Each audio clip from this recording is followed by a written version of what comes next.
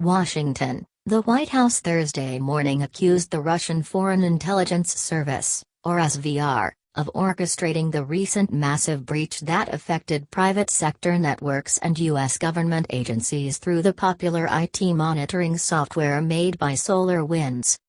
The statement linking the SVR's hacking group, also known as Cozy Bear, to the broad-scope cyber espionage campaign is the most concrete connection the Biden administration has made between the hack and Russia.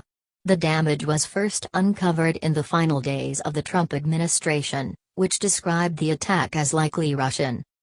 The SVR's compromise of the SolarWinds software supply chain gave it the ability to spy on or potentially disrupt more than 16,000 computer systems worldwide, according to the White House statement, which also included a number of measures directed against the Russian government for a range of malign activities in addition to the SolarWinds breach.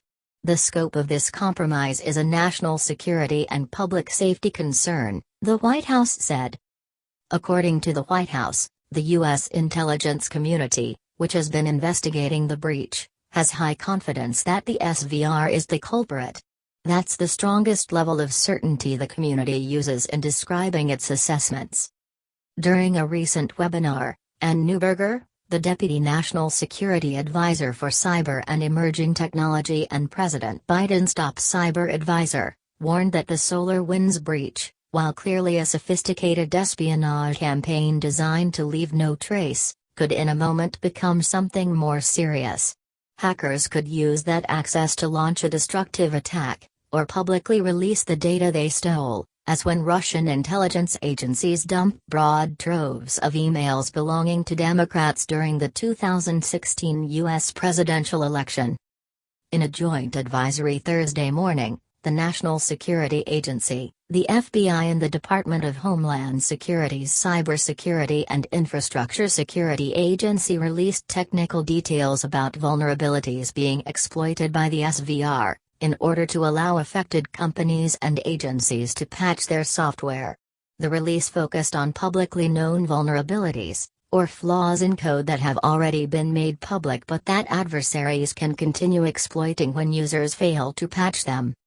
The government's Thursday announcement included sanctions against multiple companies involved in providing technical support or resources to the SVR, as well as the broader recommendation that anyone using software or hardware with ties to Russia reconsider that decision.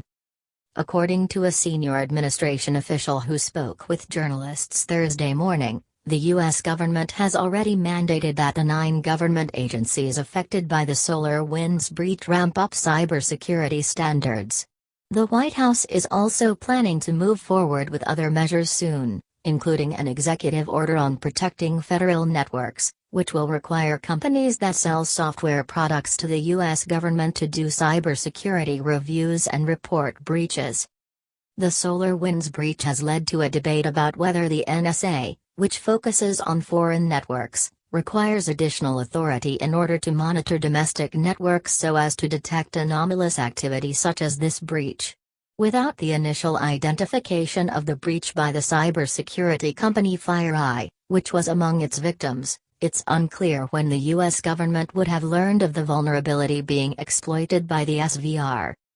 While intelligence officials have told lawmakers they are not requesting additional authority to look into U.S. networks, NSA Director Paul Nakasone has made clear there is a gap in visibility that the agency needs to find ways around, in particular through partnership with the private sector.